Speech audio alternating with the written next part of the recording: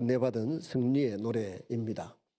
지난주에 미처 다 하지 못했던 요한 1, 2, 3서는 수요일 저녁에 하겠습니다마는 영지주의자들에 대한 반론을 펼치는 것이 요한 1, 2, 3서의 핵심 주제입니다.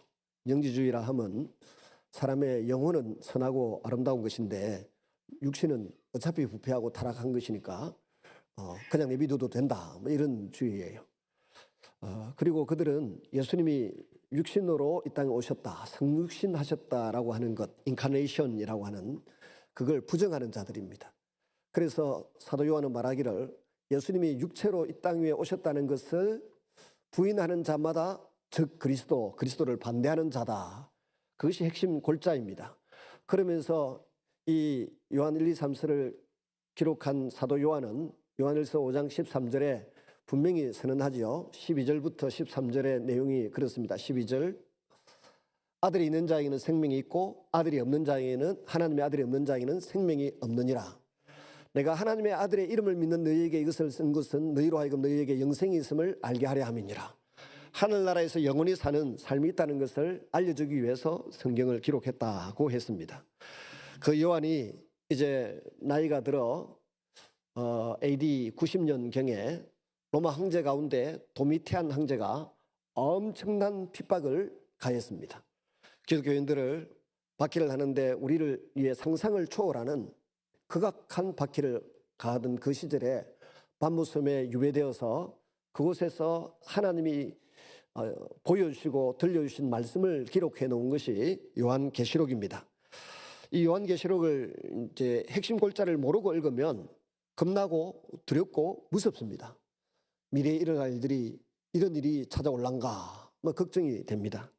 근데 핵심 내용을 알면 이건 소망의 노래이고 승리의 노래이고 우리로 하여금 결코 패배하지 않고 반드시 이기고 승리하게 될 것이고 하나님 나라에 들어가게 될 것이라고 하는 믿음을 가지라는 것입니다. 어떤 위기가 있어도, 어떤 고난이 있어도, 가난함이 있어도, 심지어 목숨을 잃는 일이 있어도 예수님은 절대로 우리를 포기하지 아니하시고 하나님 나라에 오른손으로 붙들고 들어가실 것이라고 하는 그런 미래의 소망을 던져주고 있는 말씀입니다.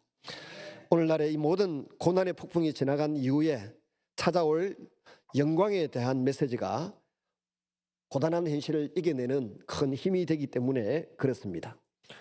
죽음의 그림자가 드리워져 있던 그 시대에 아주 매서운 겨울을 이겨낼 수 있는 인내의 근거가 예수님의 구원, 예수님의 보혈의 능력으로 하나님의 자녀가 된 저와 여러분들에게 있다는 이야기입니다. 예수님의 성천 이후에 초기 기독교회는 벼랑 끝에 몰리게 되었습니다.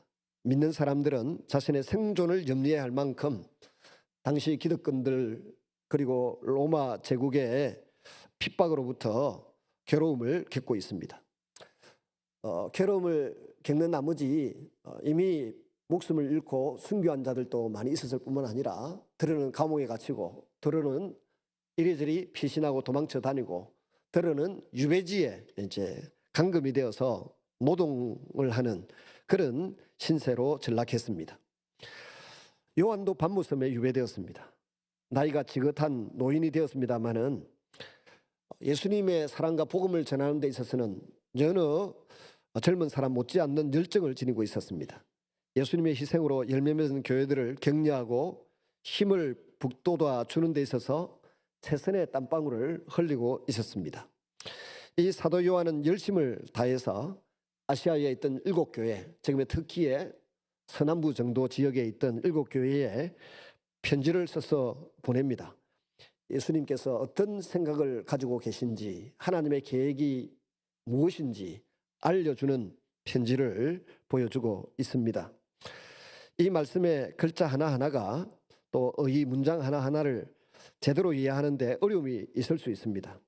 근데 하나님께서는 오늘 읽었던 우리 본문에 분명히 말씀하십니다. 3절에 보니까 이 예언의 말씀을 읽는 자와 듣는 자와 그 가운데 기록한 것을 지키는 자는 복이 있나니 때가 가까움이라. 이 계시의 말씀을 읽는 자도 듣는 자도 또 말씀을 따라 지키는 자도 복이 있다라고 하셨습니다. 한마디로 교회의 승리를 내다보고 있습니다. 교회라고 하는 것은 우리 성도들을 가리킵니다. 성도들의 최종적인 승리, 그것을 내다보면서 그야말로 노래를 부르고 있는 내용이 이 요한계시록입니다. 하나님의 승리는 이미 예수님의 십자가 희생으로 이미 다 완성되고 이루어졌습니다. 이제 우리는 스스로 그 승리를 누리고 그 승리를 내 것으로 쟁취하는 절차가 남아있을 뿐입니다. 하나님께서 친히 교회 성도들을 지키시고 보호하시지만은 이 말씀을 주신 이유는 교회의 모든 성도들이 하나님의 복을 받도록 하기 위해서입니다. 다시 말해서 이 책을 온몸으로 읽어내고 받을 복을 쌓으라고 하는 메시지입니다. 이 말씀은 성도들 각자가 또 교회가 성실하게 그 믿음의 마음을 잘 지킴으로써 마지막 때에 승리하시기를 바라는 사랑이 가득 담겨 있습니다. 하나님 스스로 나는 알파요 오메가다, 나는 처음과 마지막이다 라고 말씀합니다. 이 세상의 시작에도 하나님이 계셨습니다. 이 세상의 마지막 주인도 하나님이십니다. 세상 근세를 잡은 사단의 손에서 역사가 좌우되는 것처럼 보이지만 실상은 이 모든 것을 하나님께서 주관하고 계십니다. 이 세상을 태초부터 종말까지 이끄시는 분이 누구인지 잊지 않고 기억할 수만 있다면 환난과 박해의 시간 속에서 겪는 수많은 어려움을 최후의 승리로 위한 과정으로 여길 수 있습니다. 이제 하나님께서 이 승리의 노래를 미리 건네받을 요한에게 내가 지금까지 본 것, 현재 있는 것, 그리고 장차 이루어질 일에 대해서 기록하라고 명령하셨습니다. 본문 9절이죠. 이것은 이미 준비된 승리의 소식을 건네받아서 성도들에게 전하라고 글로 남긴 것입니다. 이 승리의 메시지로 가득한 예언의 말씀을 온몸으로 지켜내는 것이 승리의 미래로 통하는 문입니다. 온갖 환난과 핍박이 있더라도 어린 양의 피로 몸을 깨끗이 씻은 사람, 흰 세마포로 옷을 입은 사람은 14만 4천 정도만 아니라 허다한 무리, 셀 수 없는 그 무리가 하나님 나라로 들어가고 있다. 그러니 어떤 인재앙, 나팔재앙, 대접장 가운데서라도 마음을, 믿음을 지키고 승리를 노래하라는 이야기인 것입니다. 2장과 3장에 교회의 승리를 위한 성령 하나님의 권면이 나옵니다. 사도 요한은 환상을 통해서 에베소, 스무나, 버가모, 두아디라, 사대, 빌라델비아 교회, 이런 라오디게아 교회 등의 편지를 써서 보내고 있습니다. 외우는 게 쉽지 않죠. 저도 학교 다닐 때 혹시 시험 문제 나온다 싶어가지고 7교회를 열심히 외웠는데 외우는 방식이 제가 별로 기발한 아이디어가 없더라고요. 그래서 첫 음절만 따가지고 외웠습니다. 한번 해보시죠. 시작. 에서버두 사빌라. 좀 진부하죠? 한번 해보시죠. 시작. 에서버두 사빌라. 한번 그렇게 했는데 안 잊어지더라고요. 여러분에게도 기억되시기를 바랍니다. 근데 이 이름 7개 외우는 게 무슨 큰 의미가 있겠습니까? 이름을 외우는 것보다 그들에게 주셨던 말씀이 바로 오늘 이 시대를 사는 우리에게도 동일하게 주님이 주시는 말씀이다라고 이해하면 되겠습니다. 무엇보다 이 말씀을 읽다 보면 하나님께서 그 7교회의 처지와 형편, 잘한 것과 잘못한 모든 상황을 다 살펴보고 계시다는 것입니다. 그리고 중요한 것은 어떤 점에서 충성스러운지, 어떤 점에서 약점이 있어서 책망을 받아야 하는지 지적해 주십니다. 이것은 그들을 버리고 심판하고 징계하기 위해서가 아니라 다시 한번 일깨우고 가다듬어서 승리자의 행복한 삶을 살아가도록 하기 위한 사랑의 표현이었습니다. 이것은 우리에게도 마찬가지입니다. 에베소 교회를 향하여서는 아주 모범적이었다.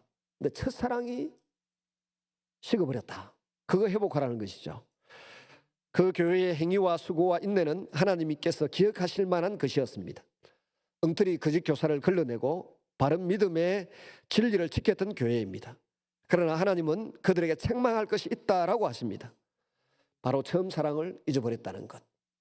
두 번째는 스무나 교회입니다. 생명의 멸류관을 약속받은 교회이고 칭찬 일색입니다. 그들은 환난이 있고 궁핍이 있고 박해가 있었습니다.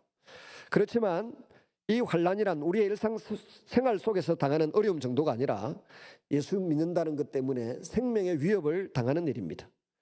주님은 그들에게 충성하도록 요구하고 계십니다. 죽도록 충성하도록. 신앙생활에 완성이 없습니다. 이 정도 하면 되었다라고 하는 그런 수준이 없습니다. 주님의 온전하심 같이 닮아가기 위해서 부단히 노력하라는 것입니다. 예수님께서 말씀하셨듯이 하늘에 계신 천부께서 온전하시니 너희도 온전하라고 하신 대로 온전함을 향하여 끝까지 달려가는 것. 배우는 일에도, 가르치는 일에도, 섬기는 일에도, 봉사하는 일에도, 기도하는 일에도 부단히 끝까지 노력하라는 것입니다. 세 번째는 버가모 교회입니다. 니골라 당의 교훈에 빠져버렸습니다. 그들은 이 땅의 일들에 구애받지 않는다고 생각했습니다. 음행을 행하고 우상의 재물을 먹어도 그것이 신앙생활에 아무런 해가 되지 않을 것이라고 주장했습니다. 그런 흐름에 휩쓸리지 않도록 하기 위해서 버가모 교회에게는 더욱 순결하고 신실한 믿음을 요구하셨습니다. 네 번째, 두아디라 교회입니다. 우상 숭배와 부도덕을 허용한 교회입니다. 바알 신 숭배자인 이세벨과 같이 자신을 자칭 선지자라고 하는데 자칭이지 하나님이 인정한 선지자가 아니었습니다. 성도들을 깨어서 행음하게 하고 우상의 재물을 먹게 하고 이런 내적인 두려움을 안고 있는 교회를 향해서 깊은 해결을 하고 죄에 대해서는 단절을 하라고 말씀하십니다. 오늘날 우리 교회들 가운데 이러한 잘못을 저지르고 있는 교회들이 있죠. 고린도 교회가 그랬습니다. 현실 교회도 그렇습니다. 그러나 하나님께서는 또한 이미 받은 복음을 굳게 잡고 그 가운데서 지키는 자에게는 만국을 다스리는 새벽별과 같은 권세가 주어진다고 약속하고 있습니다. 다섯은 사대 교회입니다. 무서운 말씀이 쏟아집니다. 살았다는 이름은 가졌으나 실상은 죽은 교회다. 사대 교회에서 믿음의 행위를 찾아내지 못한 하나님께서는 그들에게 회개를 기대하고 계십니다. 하나님께 내드릴 만한 믿음의 행위가 나에게 있는가? 믿음에 합당한 열매로 하나님과 이웃을 기쁘시게 하는 삶을 살아가야 할 것입니다. 여섯은 빌라델피아 교회입니다. 작은 능력으로도 말씀을 지켜서 배반치 않았던 교회입니다. 혼란과 핍박 속에서 예수님의 이름을 배반치 않았습니다. 그들에게는 시험의 때가 매나여지는 복이 주어졌습니다. 빌라델피아 교회는 그 복을 굳게 잡아서 마지막 날 멸류관을 받을 때까지 흔들리지 않는 믿음을 지켜내야 할 과제를 받았습니다. 일곱 번째는 미지근한 상태에서 벗어나야 할 라우디게아 교회입니다. 차든지 덥든지 둘 중에 하나를 해야 되는데 이것도 아니고 저것도 아니고 미지근하다 그랬습니다. 부유하고 풍요로워서 부족함이 없다 그랬습니다. 근데 진정한 풍요로움, 진정한 부자는 물질이 많고 적음보다 주님과의 바른 관계에 있다라고 하는 사실을 강조하고 있습니다. 가진 것이 별로 없어도 풍요로움을 누리지 못해도 굉장히 부유한 삶을 사는 성도들이 있다는 겁니다. 북한에서 탈북한 자매, 중국에서 오랜 세월을 보내다가 한국에 들어와서 우리 신학대학원을 마치고 또 이제 목사님 사모님으로 살아 계시는데 그분 간증을 지난해에 한번 들었습니다. 한 10명 정도 앉아있는 자리에 컴퓨터를 틀어서 김지연 사모인가 그러는데 이제 서울에서 개척교회를 하는 남편을 따라 교회를 잘 섬기고 있더라고요.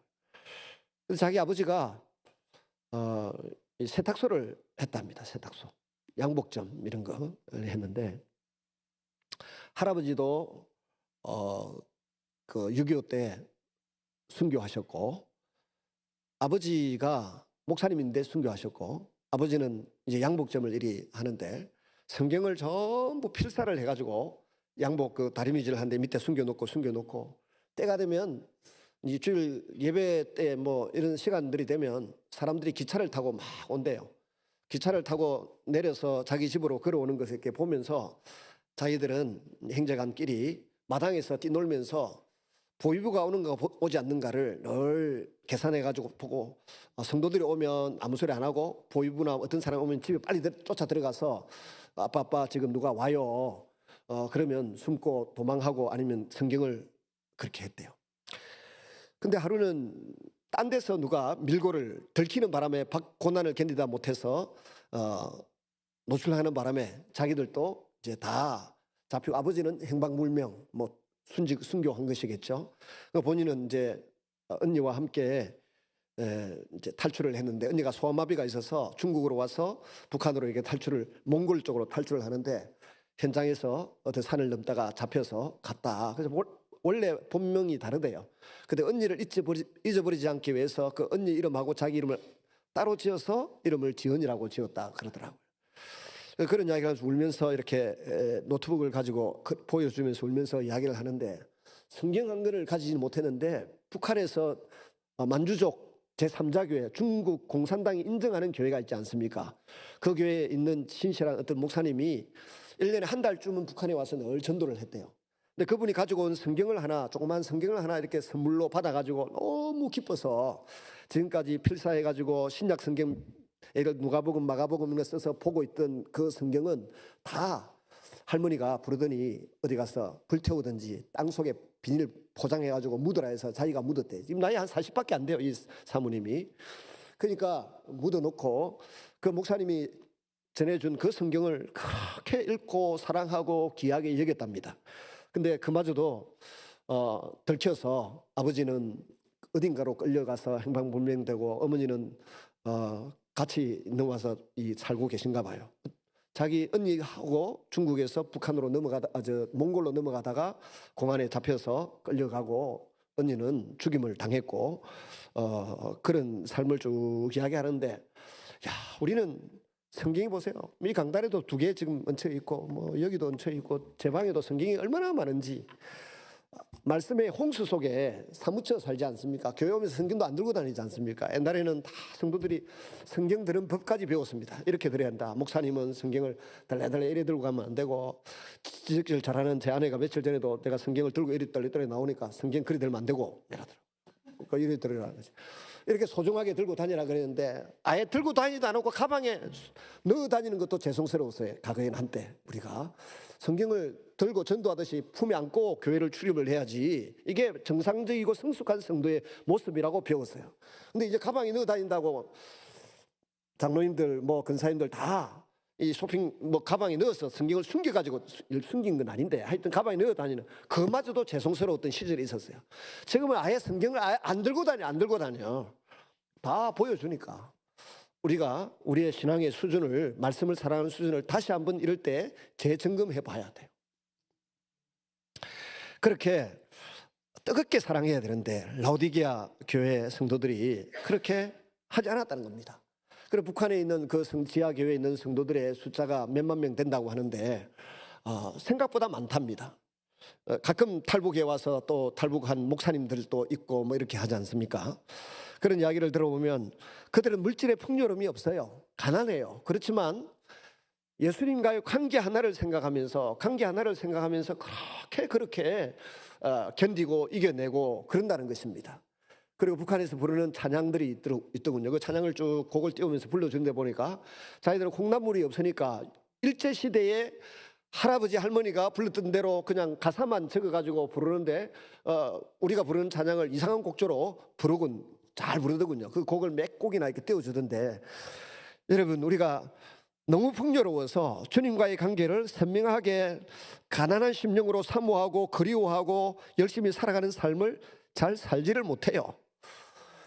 주님을 다시 바라보고 의지할 수 있기를 바랍니다. 지난 한 주간을 저는 거의 울면서 보내었습니다. 금요일은 통곡하면서 살았고,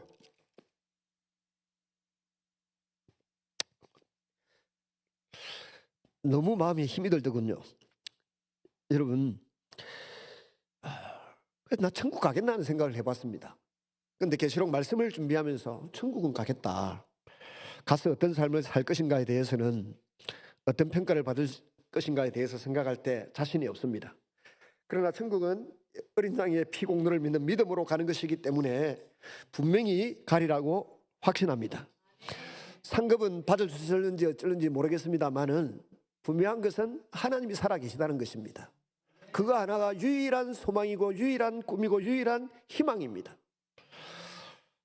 노예를 하는 중요한 시간인데, 창원에 있는 큰 어른이 보자고 하더라고요. 가서 점심시간에 식사를 같이 하는데 수영로교회 정필도 목사님 이야기를 잠시 했더니 우리나라의 최고 첩보기관, 정보기관은 국정원인데 국정원 원장이었던 장로님을 만났더니 너무 무섭고 떨리는 이야기를 하셔서 걱정이 되어서 창원에서 부산 수영로교회까지 찾아갔답니다. 그래서 국정원 원장이 지내신 장로님에게 이런 이야기를 들었는데 어떻게 하면 좋습니까? 그랬더니 정필도 목사님이 이런 말씀을 하시더래요.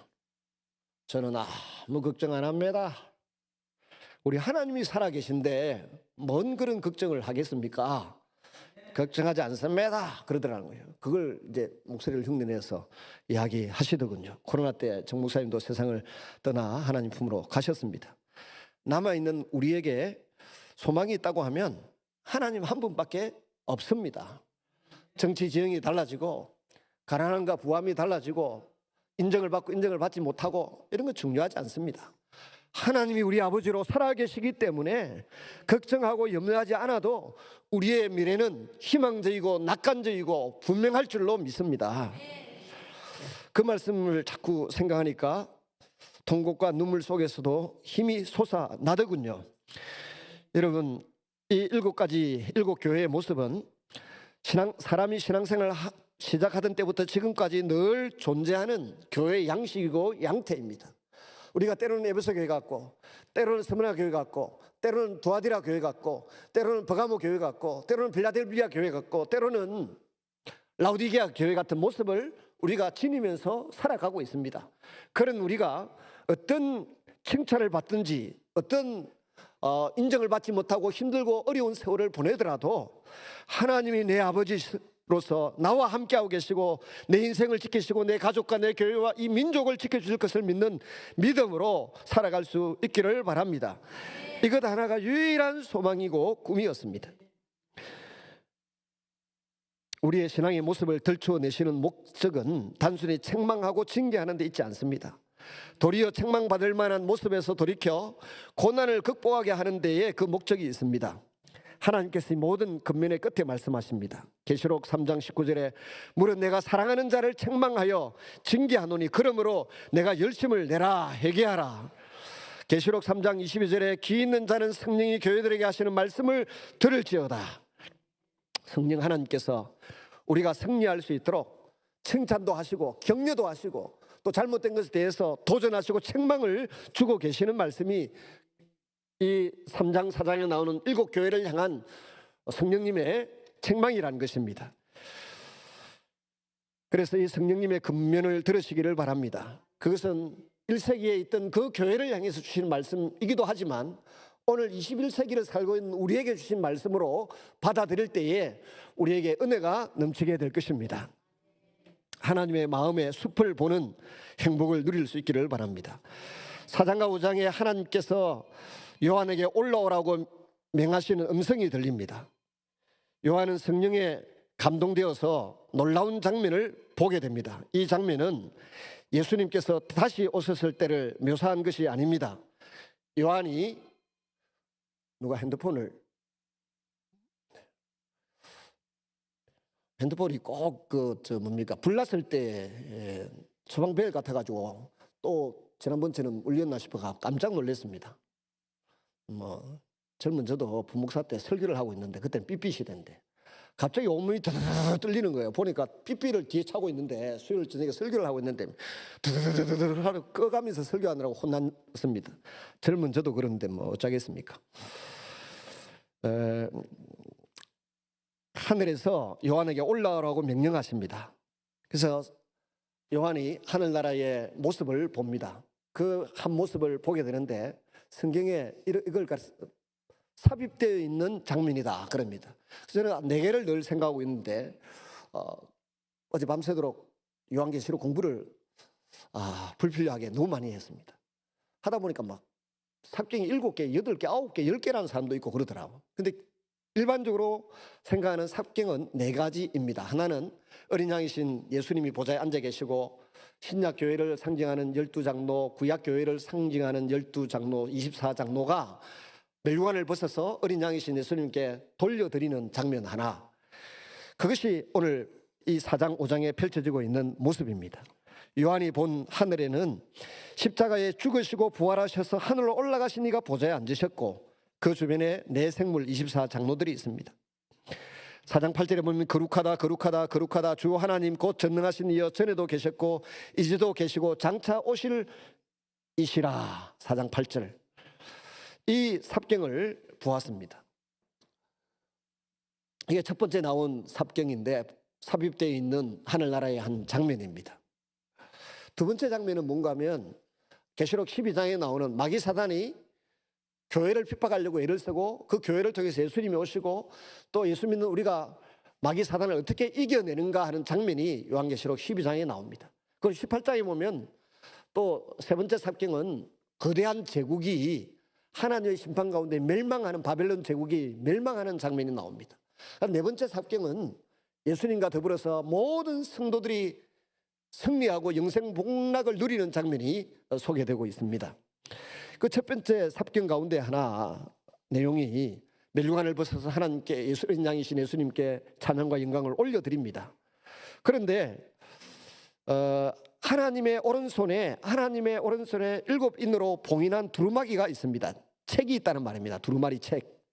천사가 누가 그 두루마리를 펴고 인을 떼기에 합당하냐고 물었지만 이 세상에 그 누구도 그 비밀스러운 내용이 담겨있는 두루마리를 이에 봉인되어 있는 인을 뗄 자가 없다는 것입니다. 누가 하나님의 미래에 대한 섭리와 계획을 완전히 이해할 수 있겠습니까? 책을 펴기에 합당한 자가 없어서 사도 요한이 통곡하고 눈물을 흘리니까 어느 장로 중에 하나가 소리를 높입니다. 다윗의 뿌리가 이기었으니 두루마리의 그 일곱 인을 떼시리라. 그 다윗의 뿌리는 바로 어린 양이신 예수 그리스도이십니다. 예수님만이 하나님의 미래의 계획이 담겨있는 책에 이 두루마리를 봉인되어 있는 것을 떼기에 합당하신 분이라는 것입니다. 그래서 계시록 5장 9절 10절에 이 두루마리를 가지시고 그 인봉을 떼기에 합당하시도다. 일찍이 죽임을 당하사 각 족속과 방과 백성과 나라 가운데에서 사람들을 피로 사서 하나님께 드리시고 그들로 우리 하나님 앞에서 나라와 제사장들을 삼으셨으니 그들이 땅에서 왕노릇하리로다. 예수님이 자신의 핏값으로 우리를 사셔서 하나님께 드리셨고 우리는 하나님의 소유가 되었다는 것입니다. 그리고 나라가 되고 제사장들이 되었다는 것입니다. 그리고 이 땅 위에서는 다스리는 자로 살게 될 것이라고 했습니다. 온전한 자유를 누리고 이제는 왕처럼 다스리는 자라는 겁니다. 트럼프 같은 왕이 아니고 세종대왕 같은 그런 왕이 아니고 뭐 폭군 네로 같은 사람도 아니고 그야말로 마귀에게서 자유를 누리고 이 세상 문화와 문물에서 자유를 누리고 섬기고 예수님처럼 섬기고 누군가에게 선한 영향력을 끼치고 누군가를 도와주는 그런 행복을 주는 사람으로 살아갈 수 있게 된 사람들이 저와 여러분이라고 말씀하고 있습니다. 제가 통곡하고 울었던 이유는 다름이 아니라 왕으로서 다스리는 삶을 살고 영향력을 끼치는 삶을 살고 섬기는 삶을 살아야 되는데 내가 내 능력을 다 발휘하지 못하고 살았구나 하는 것이 너무 한스럽고 괴로워서 작년 이맘때 서울 강남의 한복판에 차를 세워놓고 그렇게 통곡하고 울었었는데 다시 그때가 떠올라서 많이 슬퍼하고 울었습니다. 제대로 섬기고 제대로 돌보고 제대로 사랑하고 제대로 세웠으면 그런 비극적인 일들이 일어나지 않았을 텐데 못해서 그런 일이 일어났구나 하는 아픔과 슬픔이 있었습니다. 여러분, 우리는 이 땅 위에서 왕노릇할 사람, 예수님처럼 누군가에게 선하고 아름다운 영향력을 끼치며 살아야 될 사람들인데 최소한 내 가족만이라도 우리 교회 울타리 안에 있는 사람들에게만이라도 예수님의 사랑과 마음과 능력으로 사랑하고 섬기며 사는 사명을 잘 감당할 수 있기를 주님의 이름으로 특별히 부탁을 드립니다. 24장로들과 네 생물이 이 삽경 속에서 어린 양이신 예수님을 찬양합니다. 이 생명의 모든 사람의 생명의 비밀을 풀어낼 수 있는 유일한 분, 봉인을 떼기에 합당하신 거룩하신 예수님 한 분을 세세토록 찬양하고 영광을 돌려드리기에 합당하다고 외치고 있습니다. 계시록 6장에서 15장 그리고 19장에서 20장 이야기가 생각보다 가까운 미래입니다. 요한이 본 미래에 대한 환상들이 길게 이어지고 있는데 일곱 인이 나오고 일곱 나팔 재앙이 나오고 일곱 대접 재앙이 나옵니다. 일곱 인 재앙 가운데 제일 마지막 재앙 일곱 번째 인재앙이 끝나면 나팔재앙이 나고, 일곱 번째 나팔재앙이 끝나면 그 대접재앙이 나옵니다. 결국은 이 모든 재앙이 일곱 인재앙 안에 다 들어있다는 것입니다. 그래서 첫 번째 그 계시록의 전반에 일곱이라는 숫자가 등장하는데, 마침내 어린 양이 심판을 부르는 일곱 봉인을 떼기 시작합니다. 6장 1절에 보면 봉인이 하나씩 떼어질 때마다 거대한 규모의 환난과 핍박이 몰아칩니다. 대체로 첫째 인은 전쟁, 둘째 인은 내란, 셋째 인은 기근, 넷째 인은 역병, 전염병, 다섯째 인은 종교적 박해, 여섯째 인은 천재지변을 상징하는 것으로 봅니다. 봉인이 떼어져서 온 세계가 환난 가운데 놓이지만 그 건세를 막을 자가 없습니다. 이어서 일곱 번째 인이 떼어질 때 상황이 기록됩니다. 계시록 8장 1절 2절. 처음 반 시간 동안은 폭풍처럼 고요하기만 합니다. 그러나 그 고요함은 뒤이어서 올 큰 재앙의 전조입니다. 일곱째 인은 일곱 나팔로 이어지고 준비된 일곱 천사가 일곱 개의 나팔을 붑니다. 일곱 천사가 나팔을 불 때마다 세상에 재앙이 닥쳐옵니다. 첫 번째 나팔을 부니 피가 섞인 우박과 불이 땅의 3분의 1을 태웁니다. 두 번째 나팔 바다의 3분의 1이 피로 변합니다. 세 번째 나팔을 부니 썬 쑥이라고 하는 일곱 이름의 별이 하늘에서 떨어져 물의 3분의 1이 어두워져서 낮과 밤의 3분의 1의 빛이 없어집니다. 다섯 번째 나팔을 부니 하늘에서 떨어진 별 하나가 무저갱을 엽니다. 무저갱에서 올라온 황충은 사람을 해하는 건세를 받아서 인을 맞지 않는 사람들은 7개 합니다. 여섯 번째 나팔은 사람들을 괴롭게 합니다. 여섯 번째 나팔을 부니 불과 연기와 유황, 재앙으로 사람의 3분의 1이 죽임을 당합니다. 계시록 10장은 마지막 일곱 번째 나팔이 울리기 직전에 있었던 일을 보여줍니다. 한 천사가 바다와 땅을 밟고 서 있는데 그 손에는 펴놓인 작은 두루마리를 들고 있습니다. 그 일곱 번째 나팔이 울릴 때에 하나님의 비밀이 이루어질 것이라고 하늘에서 음성이 들립니다. 10장 7절. 일곱 번째 나팔 재앙에 가장 큰 고통을 가져다 줄 일곱 번째 나팔이 울려 퍼질 바로 그때가 하나님의 비밀이 이루어지는 순간입니다. 즉 성도들이 가장 큰 박해를 받게 되는 그 순간, 하나님께서는 당신의 놀라운 역사를 성도들 앞에 펼쳐 보이시리라고 하는 약속을 주시는 것입니다. 2차 세계대전이 끝나고 더 이상 나토도 만들어졌고 미국도 강성하고 해서 저 유럽 지역에서는 무기를 만들지 않게 되었습니다. 포탄을 생산하는 나라가 대한민국밖에 없다고 하지 않습니까? 미사일을 만들어내는, 포탄을 만들어내는 나라가 우리나라밖에 없대요. 풍산밖에 없대요. 왜냐하면 평화의 시대가 돌아왔다고 해서 안심했습니다. 그런데 이번에 푸틴이 우크라이나를, 또 트럼프가 베네수엘라나 또 여기 페르시아를 공격하는 걸 보면서 우리가 혼비백산합니다. 혼비백산하면서 정말 이 평화라고 하는 것은 불안한 평화였구나. 하나님이 누군가의 마음을 한번 움직이거나 마귀가 한번 충동질을 하면 세상은 피바다가 되는구나. 지금 23척의 유조선이, 우리 대한민국 유조선이 페르시아 그 무슨 호르무즈 해협 안에 들어있다고 하지 않습니까?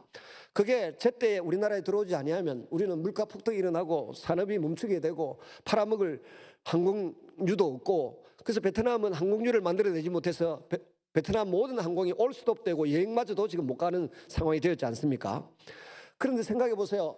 23척이 빠져나오는데 어디선가 미사일이 몇 방 날라와가지고 그 유조선을 그냥 폭파시키면 우리나라가 어떻게 되겠습니까? 23척 중에 한 척이 못 들어와도 문제가 되는데 여러 척이 세계 모든 유조선들이 박살이 나면 그 지역에 있는 바다는 다 피바다가 아니라 죽음의 바다가 될 것입니다. 지구의 종말은 너무 간단한 것입니다. 뭐 핵폭탄까지 안 가더라도 그렇게 무서운 세상이 펼쳐지는 것입니다. 그래서 우리 성도들은 늘 깨어서 기도하는 가운데 하나님의 오래 참으심과 긍휼이 어디까지 미치고 있는지 바라보면서 우리 주변에 있는 한 영혼 한 영혼에게 이 놀라우신 예수님의 보혈의 공로를 외치고 전파하는 자리로 나아가야 될 줄로 믿습니다. 교회가 세상에서 환난을 당하지만은 그 안에 믿음의 역사가 있고 순교의 역사가 함께 있습니다. 택하신 성도들에 대한 하나님의 은혜는 마지막 때까지 변함이 없습니다. 성전을 청량하는 장면은 비록 일곱 나팔 재앙이 이 세상을 다스리는 것처럼 보일지라도 역사의 주관자는 오직 하나님이시고 성도들은 성전을 새롭게 하시는 하나님의 손길을 기대하는 가운데 오늘의 고통을 인내해야 한다는 의미를 담고 있습니다. 계시록 12장은 마귀 사단은 교회를 핍박합니다. 그러나 교회는 메시아가 오는 통로입니다. 마귀를 이기고 추방해내기 위해서 어린 양의 보혈과 성도를 증언하는 말씀이라고 하는 방편으로 이깁니다. 제가 몇 년 전에 10년쯤 되었는지 모르겠습니다. 10년 더 됐군요. 한 15년 전, 20년 전간에 주일 저녁에 밤 10시 넘어서 잠이 들었는데 바깥에서 문을 두들겼습니다. 우리 교회 어느 집사님, 안수 집사님이 문을 두들겼어요. 나가니까 목사님, 저희 집사님이 귀신이 들렸습니다. 귀신 들려와서 지금 울고 있는데 내려와 보셔야 될 것 같습니다. 그래서 내려갔습니다. 귀신 들린 이 조집사 앞에 딱 섰는데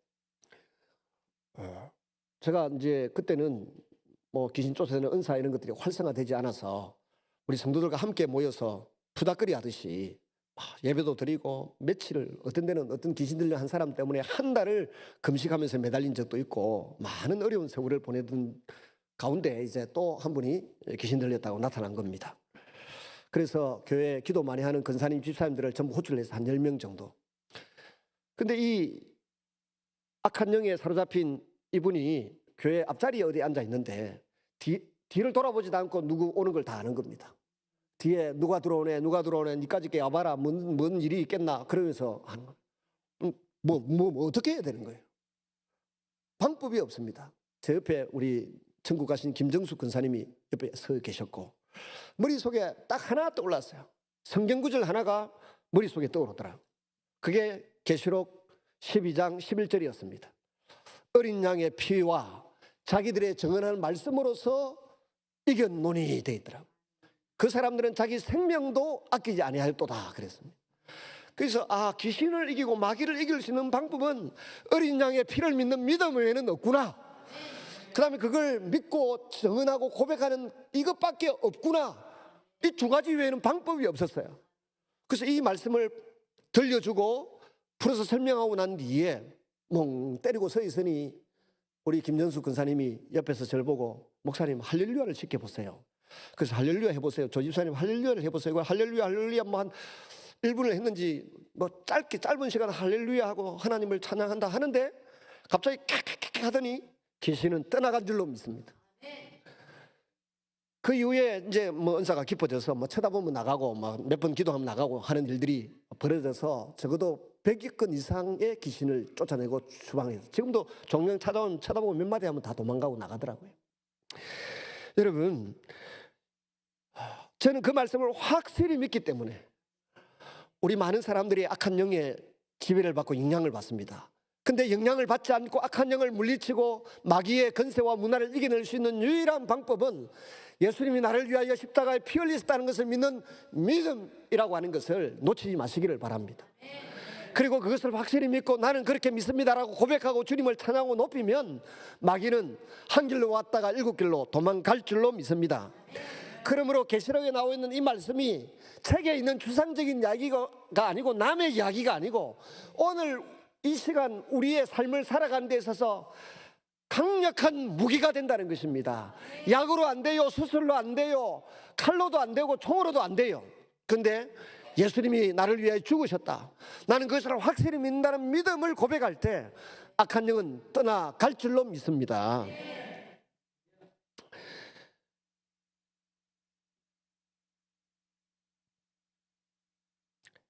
16장과 18장을 보시면 위로와 격려의 메시지가 나옵니다. 7 봉인, 7 나팔 재앙을 지나서 이제 7 대접 재앙에 이를수록 심판에 따른 재앙은 점점 확대되고 있습니다. 마지막 나팔 소리와 함께 주께서 강림하시면 공중에서 주를 영접하게 될 성도들에게 왜 그 이후에 일어날 엄청난 재앙을 알려주고 있겠습니까? 하나님께서 자신의 독생자를 내주시기까지 사람을 향해 아낌없는 사랑을 베풀기도 하시지만 동시에 하나님을 외면하고 죄 가운데 빠져서 어리석게 살아가는 이들을 심판하시는 분이심을 분명하게 말씀하고 계십니다. 당시 그리스도인들에게 로마 제국의 박해는 견디기 어려운 것입니다. 믿음을 지켜 나간다는 것이 때로는 죽음을 각오해야 할 만큼 힘든 일이었습니다. 그런 그들에게 하나님께서 반드시 악의 세력을 심판하시리라고 하는 환상은 믿음을 지키는 성도들에게 위로와 격려가 될 수 있습니다. 세상이 칼과 무력으로 교회를 박해할 때 끝까지 믿음을 지켰던 성도들의 아름다운 신앙이 우리의 신앙을 되돌아보게 합니다. 이제 드디어 7 천사들이 하나님의 진노가 담긴 7 대접을 준비하여 차례로 땅에 쏟아 놓습니다.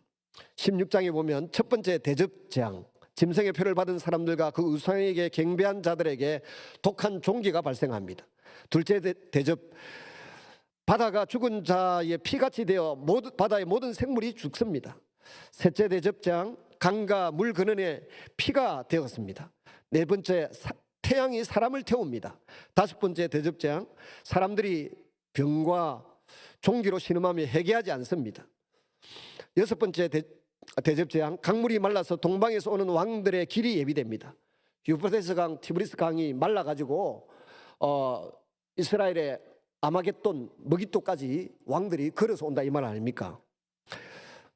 그래가지고 저 터키에서 유프라테스 강의 댐을 막는 순간 이 말씀과 함께 연관되어서 사람들이 하늘짝 놀라곤 그렇게 했던 것입니다.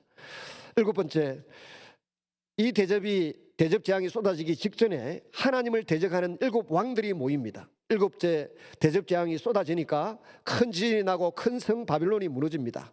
거대한 제국이 무너진다는 것입니다. 큰 음료로 표현되는 바빌론 왕국은 그 시대의 로마 제국으로 봅니다. 그러나 앞으로 이런 큰 제국이 일어나서 하나님의 자녀들을 괴롭힐 수도 있겠다라고 하는 생각도 하게 합니다.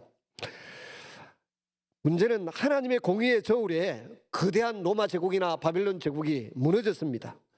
역사상 거대한 제국이었던 독일의 히틀러도 무너졌고 러시아도 소비에트 연방도 무너졌습니다. 여기에 등장하는 바빌론은 하나님을 정면으로 대적하는 모든 왕국을 의미한다고 봅니다. 성도들에게 기독교를 핍박하는 로마도 결국은 망할 것이라고 하는 메시지로 다가왔습니다. 땅의 임금이 온 세상 건세를 다 가진 것처럼 보이지만 그 역시 최후에는 하나님의 심판의 대상입니다. 세계를 뒤흔든 것 같은 악한 세력과 싸워서 마침내 승리하실 분이 계십니다. 바로 어린 양이신 예수 그리스도이십니다. 당시 성도들은 기독교를 박해하며 멸절을 시키려고 하는 세력 아래서 힘겨운 신앙생활을 하고 있었습니다. 하나님을 해방하는 마귀 사단은 무저갱에 던져서 1000년 동안 임봉될 것입니다. 악의 근원이 사로잡힌 그때에 하나님의 백성들은 예수 그리스도와 더불어 1000년 동안 왕노릇할 것입니다. 또한 1000년이 흐르고 난 뒤에 사단은 불과 유황의 못에 던져서 세세토록 괴로움을 받을 것입니다. 마귀 사단의 건세는 결국 하나님의 심판 앞에 무력해질 것이고 결국에는 하나님의 통치하심이 이루어질 것입니다. 사단만이 하나님의 심판을 받는 것이 아닙니다. 모든 인간 역시 심판을 피할 수 없습니다. 계시록 20장 12절에서 13절, 사단의 건세를 따르는 사람이든 세대가 험악해도 신실한 믿음을 지키는 자이든 모든 사람은 죽음을 피할 수 없습니다. 또한 죽음 이후에는 정하신 이치대로 하나님의 놀라운 심판이 기다리고 있습니다.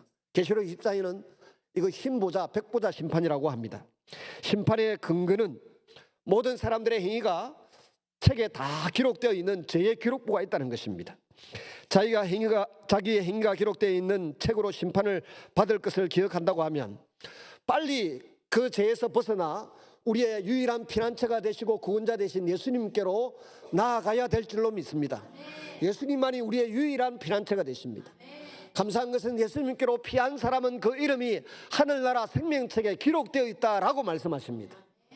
생명책에 기록되어 있는 사람들은 어떤 현장을 맞이하게 되는가 하면 그 시대의 표현으로는 책에 기록했다고 합니다만 이 시대 같으면 비디오로 촬영해가지고 USB에 담겨 있든지 하드 메모리에 다 펼쳐져 있어서 우리에게 보여준다는 겁니다.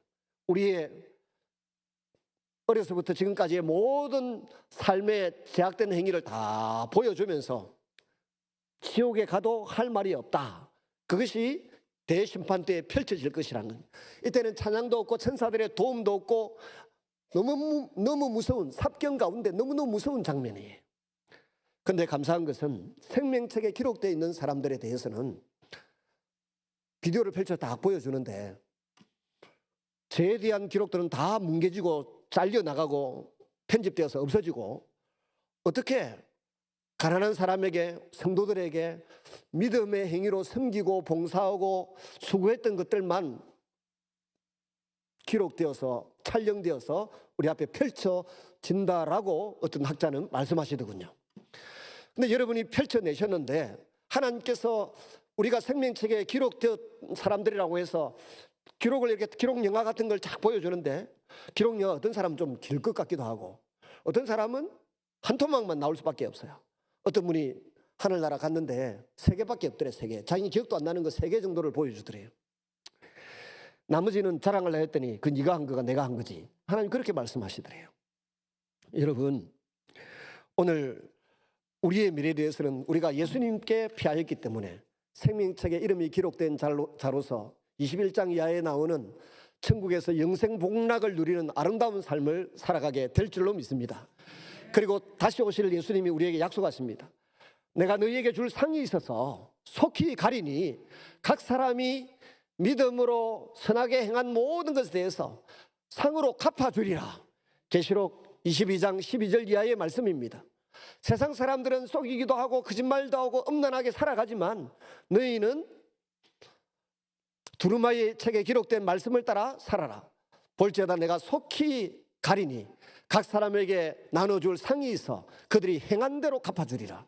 이 말씀이 여러분 모두에게 해당되는 하나님의 복이 되시기를 주의 이름으로 축원합니다. 같이 기도하겠습니다. 자비로우신 아버지 하나님, 창세기부터 계시록까지 수마다로 나누어서 하나님 말씀을 다 전했습니다. 우리 성도들이 성경 읽기가 힘이 들고 어려울 때 다시 듣게 하시고 살펴보는 가운데 하나님 말씀을 잘 이해하고 말씀대로 기도하게 하시고 말씀대로 섬기게 하시고 말씀대로 행하게 하여 주시옵소서.